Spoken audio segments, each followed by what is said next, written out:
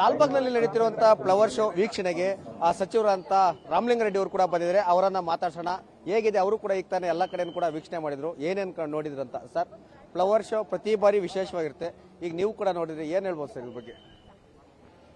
Flower show ಒಂದೊಂದು ವರ್ಷ ಒಂದೊಂದು ಥರ ಮಾಡ್ತಾ ಇರ್ತಾರೆ. ಹಿಂದೆ ಎಲ್ಲಾನು ಕೆಂಪೇಗೌಡರದು, ಅದೇ ರೀತಿ ಕುವೆಂಪು ಅವ್ರದ್ದು ಕೂಡ ಮಾಡಿದ್ರು, ತೇಜಸ್ವಿ ಅವ್ರದ್ದು ಮಾಡಿದ್ರು, ಮತ್ತೆ ಶಿವಕುಮಾರ ಸ್ವಾಮೀಜಿಗಳು ಮಾಡಿದ್ರು. ಮತ್ತೆ ಈ ಸಲ ಮೊದಲು ಕೆಂಪೇಗೌಡರದ್ದು ಆಗಿತ್ತಲ್ಲ, ಪುನೀತ್ ರಾಜ್ಕುಮಾರ್ದು ಆಗಿತ್ತು. ಈಗ ಗಂಗಾ ಅರಸರು ಅತ್ಯಂತ ಸುಮಾರು 5ನೇ ಶತಮಾನದಿಂದ ಸುಮಾರು 500 ವರ್ಷಗಳ ಕಾಲ ಆಳ್ದಂಥವರು. ಅದರಲ್ಲಿ ವಿಶೇಷವಾಗಿ ನಮ್ಮ ಹಳೆ ಮೈಸೂರು ಭಾಗದಲ್ಲಿ ಅವರ ಯಾರ್ಯಾರು ಅರಸರಿದ್ದರು ಅವರ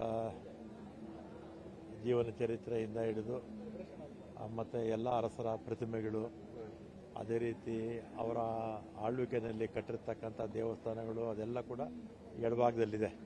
ಫೋಟೋಸ್ ಎಲ್ಲ ಹಾಕಿದ್ದಾರೆ. ಇದು ಚರಿತ್ರೆ ಗೊತ್ತಿಲ್ಲದೆ ಇರ್ತಕ್ಕಂಥವ್ರಿಗೆ ಇದನ್ನು ನೋಡಿದ್ರೆ ಚರಿತ್ರೆ ಕಣ್ಣು ಕಟ್ಟದಂಗೆ ಇರುತ್ತೆ. ಚೆನ್ನಾಗಿ ಮಾಡಿದ್ದಾರೆ. ಹಾರ್ಟಿಕಲ್ಚರ್ ಡಿಪಾರ್ಟ್ಮೆಂಟ್ ಅವರಿಗೆ ಅಭಿನಂದನೆಗಳು.